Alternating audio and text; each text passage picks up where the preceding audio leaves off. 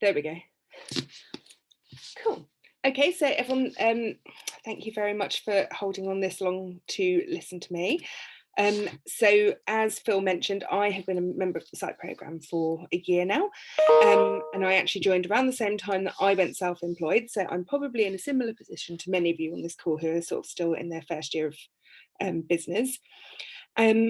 So today, obviously, we are quite stretched for time. I could probably talk for about 3 days on how you would write a marketing strategy. So we're just going to focus on the real highlights, including the aspects of a strategy that you need to make sure you put in there. Some adding on to, I think it was Sandy's little bit about segmentation. Also, we're going to just talk a little bit about competitive advantage and some of the aspects of digital marketing that you need to be considering.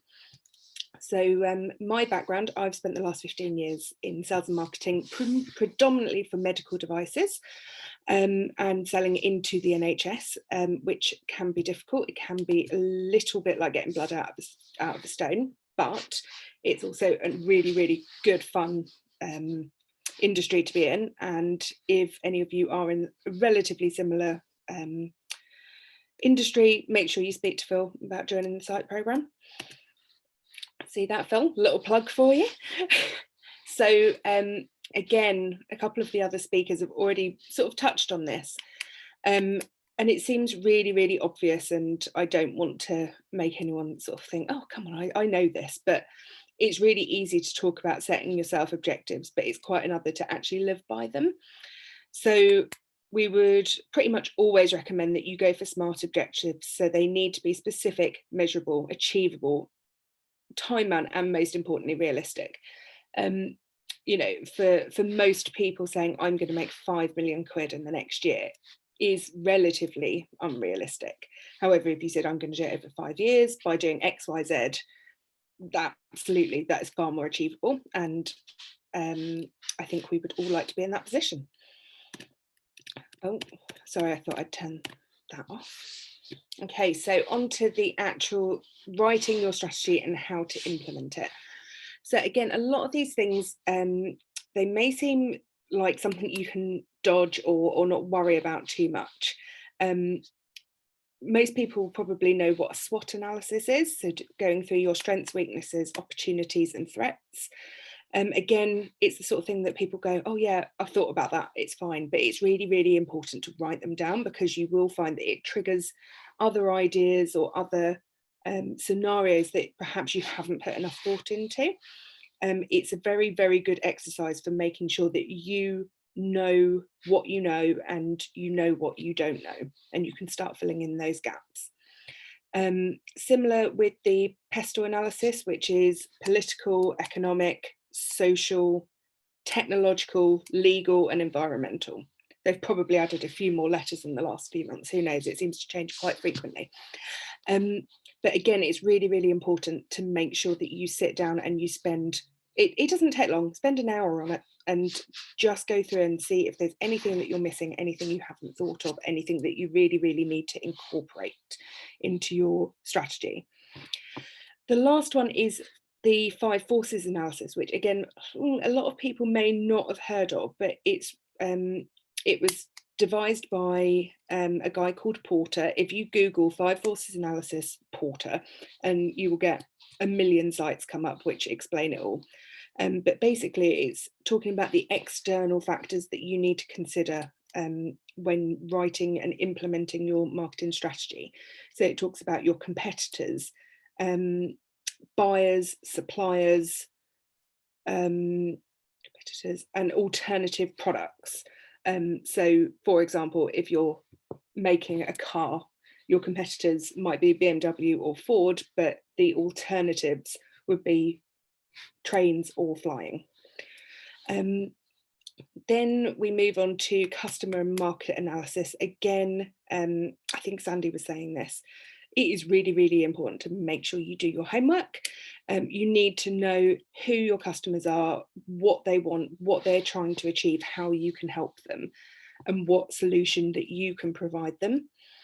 Then you've got to also think about the market analysis. What are your competitors up to? What can you offer that is above what they're doing? How does pricing affect it? Is it are you selling a product or service that is relatively elastic, or is it something that is, this pricing is quite set? If you go too high, you won't get much business. If you go too low, you actually may just drive the entire market down. The decision-making process. How do your customers decide what they want to buy and who they're going to buy from? If you're B2C, it may be done largely on recommendations or word of mouth, or maybe you just have really, really good visuals of your product, and it can make people, you know, want to engage with you on social media. If you're in business to business, often you won't have just one person who's making a decision. There may be a team. You may have to get involved with their marketing manager and their HR manager. Who knows? You need to make sure you think about how those decisions are going to be made and how you are going to adapt your pitch and your resources to meet each of their needs. Positioning and segmentation I'll come back to in a second. In terms of your product offering and organizational offering, obviously you have to, you know your product best, and it's all about making sure that you are displaying the benefits of your product or your service to the absolute maximum of their capabilities. We will also come back to competitors towards the end. One thing that, again, I think it was Sally mentioned, is about evaluating what you're doing. Now, normally, once upon a time, I would have said, make sure that you go back over your strategy every 6 months or so, see if you need to change anything, see if there are certain aspects that are working really well, others that aren't working well, what can you change?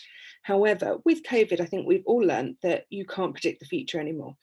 The number of organisations who I've been speaking to over the last couple of months through the site programme who have had to do a complete 180 pivot on what they're doing and how they're going to do it, because what they were doing before just simply wouldn't cope because of COVID, or it'd be delayed indefinitely. And in order to survive, they have gone and done something completely different. So I would also say, as Sally did, you've got to be fluid on this. The more agile you can be, the more flexible, the more chance you have of long-term success. We've seen it, you know, all over the place. Small companies can adapt to their environment much, much better than any large company can. We've seen so many big companies who have basically folded over the last few months because they are not able to change direction, they're not able to implement change. Whereas lots of innovators, entrepreneurs, sole traders have just come up from nowhere, and they are doing really well because they've been able to move and meet the market demands. So going right back to the beginning, your customer and market analysis, the absolute number one thing you've got to do is research. You need to know your audience, know your market, and know how your offer is going to meet their needs. Now, some of it is stuff that you can find on Google. You can find out how many, you know, computers are sold in the space of a year in the UK. You can find out the average spend on vegetables per year. Whatever it is that you're doing, there will always be data somewhere to support your knowledge and to help you make decisions. The Office for National Statistics have numbers based on the most random things. It's always worth having a good look in there. They've got a really good search tool. Whatever it is you're working in, have a little look and see if you can find anything that may help you. It's also really worthwhile, again, you'll know your own industries much better than I would, but always have a look and see if there are any local guidelines, any local targets, anything your council is doing that would incorporate with what you're trying to achieve, because you may find there's grant money in there, you may find that there is business support if your product or service is aligned to the local goals of something, of another institution. Sorry, I am speeding through this because I know that we are quite tied for time. So coming back to the decision-making process, again, this is especially relevant in business to business. You may often find that the end users, the budget holders and the decision makers are all completely different people within the organisation, and you need to tailor your approach to each of them quite differently. Budget holders are ultimately going to want to know how much is it going to cost, or will it save them any money in the long run. Decision makers have a whole host of factors that they need to consider, as well as the money, but they will want to know about things like infrastructure. If you're selling an app, for example, that can help with business needs, you know, will it work with existing IT infrastructure? Will it require a lot of training? And then the end users, obviously, they're going to want to hear how it actually helps them. Whether it is going to cost money or not is not so much of their concern. They just want to know, will it be a burden to us or will it enhance our lives? So choosing a model. Again, if you Google marketing strategy templates, there will be millions of different variations. Some of them are really complex, some of them are really simple, some of them are, you know, just a lot of hassle and will make you feel like you just don't know where to begin. So one of the models I always use is Scorpio. First of all, it's easy to remember, and also it incorporates everything, but it allows you to adapt it quite well to whatever your situation is. So obviously a lot of people, I remember when I first heard about this, I saw a lot of people saying, what about the 7 Ps? All of that comes into this.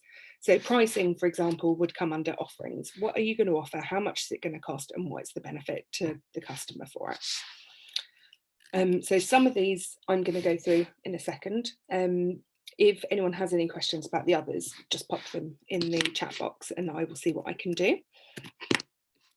So segmentation, again, going on from what Sandy was talking about, there's 2 different ways of segmenting your market.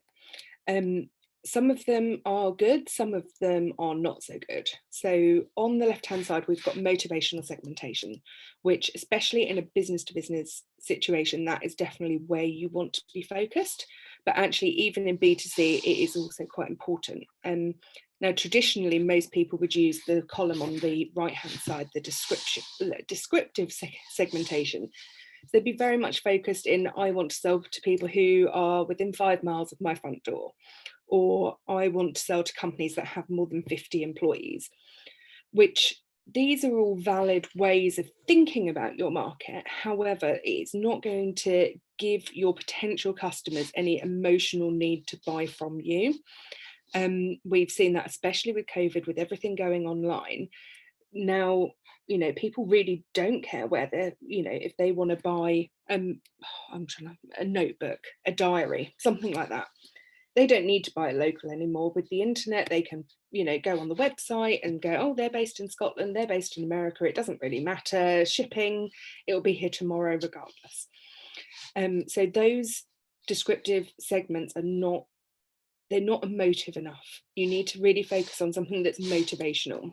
So, for example, you may want to focus on companies that have a really good reputation within your industry, where you can, if they are your customer, you can go to pretty much anyone else and say, hey, my customer, you know, ABC buys this product. It will have weight, and therefore it is really worth pursuing those sort of companies. Also, if you've got existing relationships, it is always easier to sell more to your existing customers than it is to find new customers. You will generally find that 80% of your sales come from 20% of your customers. Therefore, you want to try and enhance that as much as you can. Obviously, saying that, you also don't want to have all your sales concentrated in just a couple of companies, because if one of them disappears, you've got a lot more of your bucket to refill. Another really good one is something like service requirements. So if you were to sell, I'm just trying to think, drinks, here we go. So if you want to sell a tin of an energy drink, which I'm saying because I'm sitting here drinking my caffeine, you will want to focus on an area where that is a primary sort of thing for them. So you might want to say, who is always really, really tired? Nurses. Nurses are always really tired. Let's try and target them. You know, whereas you may not want to market it to people who like going to the gym a lot, because they might say, oh no, it's not healthy enough. So you'd be hitting the wrong group of people. In terms of differentiated marketing, again, it's something that is actually much more time consuming, but in the long run, it is much more worthwhile doing. It's all about making different offers to different groups of people or different companies to suit their needs.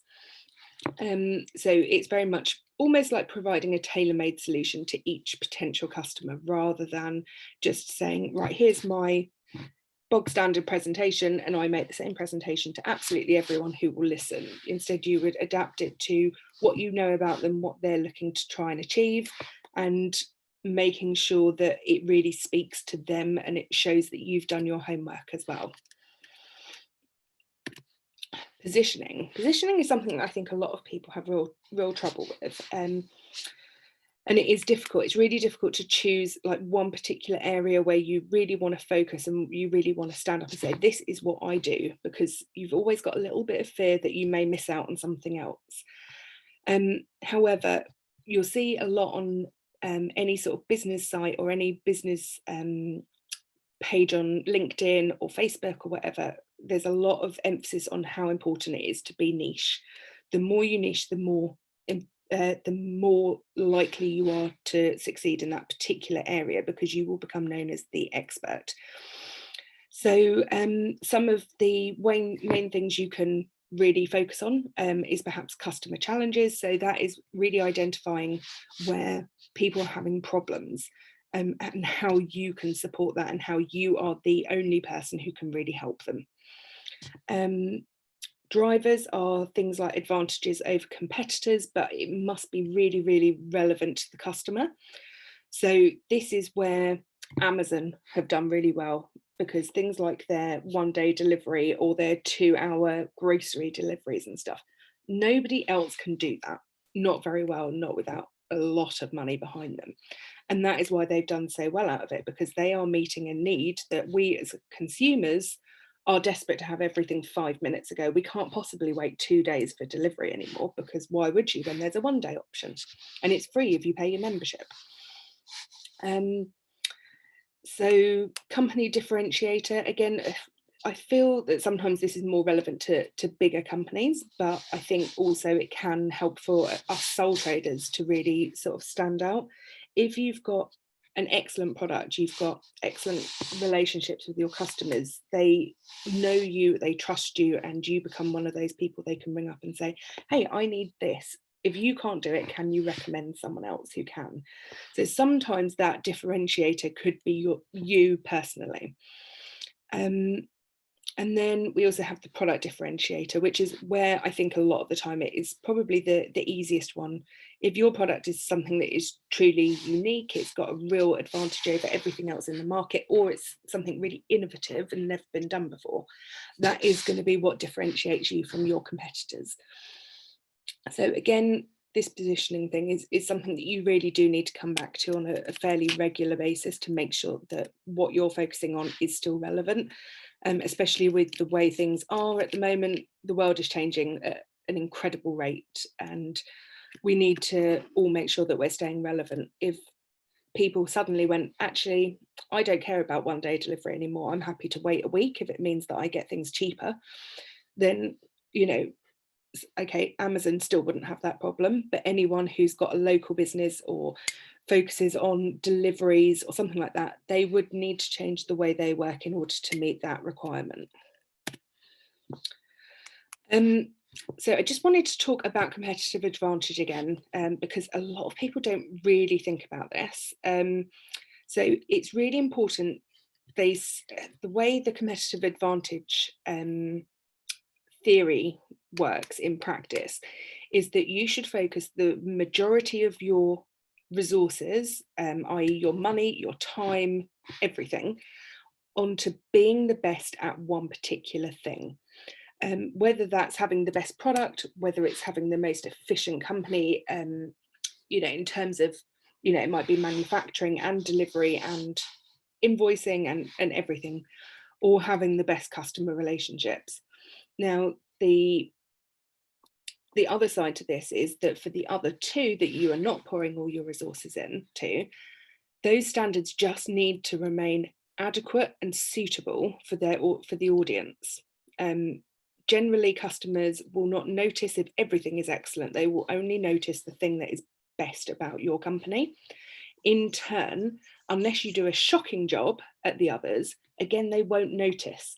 So therefore, you don't want to be pouring all your resources into something that actually your customers are never going to care about.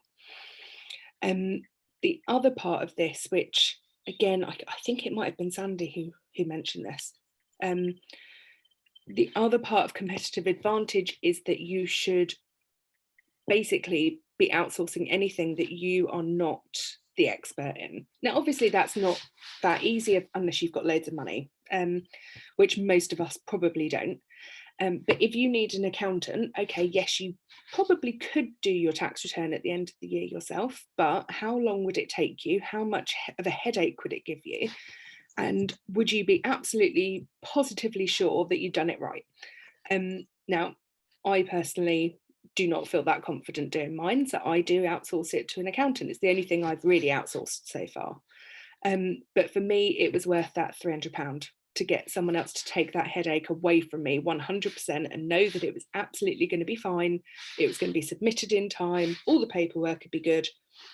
It probably would have taken me a week to fathom it out myself because I'd never done one before. So it's the same with every business. If you are spending a lot of time doing tax returns or filling out, silly forms or something, but there's someone else who can do it for you and it's relatively cheap and it's going to save you a lot of time and a lot of headache so you can focus on what you do best, it's well worth doing. So onto social media. Again, this is something that it's just becoming more and more relevant. Basically every day you have to have social media presence in one form or another. It's really important to make sure that you're working within the right network. So if you are looking to sell to businesses or to individuals, make sure you're on LinkedIn. Make sure that you are really putting yourself out there. Add your connections, make sure you interact with your connections, make sure you're posting on a very regular basis. Now, the main reason I wanted to do this was to give you a few tips, because it took me a long time to find these people and I think more people should follow them. So on both Facebook and social media, there's two ladies, one called Helen Pritchard and one called Georgina Chapman. It is well worth following them. They've got a lot of free resources. They do free challenges, all sorts of things, but they will really help you work, especially on LinkedIn, to find your ideal clients, what you should be writing about, how often, how to really target people and get inbound leads, because we all know it's really, really difficult going and looking for business. Now, I've been following what these two say for the last 6 months or so, and in the last 3 months I haven't had to make a pitch for business. I've had people coming to me exclusively. So it does work. I mean, it's not setting the world on fire, but it is definitely working. And if I perhaps followed them even closer, maybe I'd be doing even better. But it's well worth following them. If anyone wants the links, I can always pop them in the chat box afterwards. Another thing, which is obviously there's all these lovely bits and pieces, blogging, testimonials, case studies, literature, which you can use as part of your digital marketing strategy. But the more important thing is, to save you all a bit of time, is, again, you might all know these, but just in case, there's some really useful resources which are all free of charge. So Canva is really good for any sort of developing images or pretty pictures, basically, for your social media, or even for your, like, if you're doing a PowerPoint presentation, something like that. Canva has loads and loads of free templates. Pixabay and Shutterstock are really good for either buying or finding free imagery. Now, I'm not a graphic designer, I can barely draw a stick man, therefore I'm 100% reliant on someone else doing all that for me. So you can find so many free decent images in there. Hootsuite is excellent for if you want to do your social media on a Sunday afternoon so that you don't need to think about it for the week. You can schedule all your social media posts through Hootsuite. You get for free, I think you get up to 3 social networks and up to 30 posts in one go, which is probably enough to see you through a week without having to think about it. And then HubSpot works like a CRM system, which is great for tracking all your customers, all your sales, and all your prospecting. But also they've got a really, really good like knowledge library. So you can go in there and you could type, tell me, you know, the best way to write a blog, the best way to write a case study, whatever it is. And they have numerous articles saying, this is how you do it. This is what you want to achieve out of it. And it's just a brilliant free resource, which, and as you'll tell from how many times I've used the word free lately, I like not paying for things if I can possibly avoid it. I'd much rather spend my money on stuff that I really need and I really need done well, rather than, you know, a free way to help me be lazy with my social media posts. And that is it. I think my email and my LinkedIn are in the chat box already, but if anyone has any questions or anything that we can't fit into the Q&A, please just drop me a line. And here we go.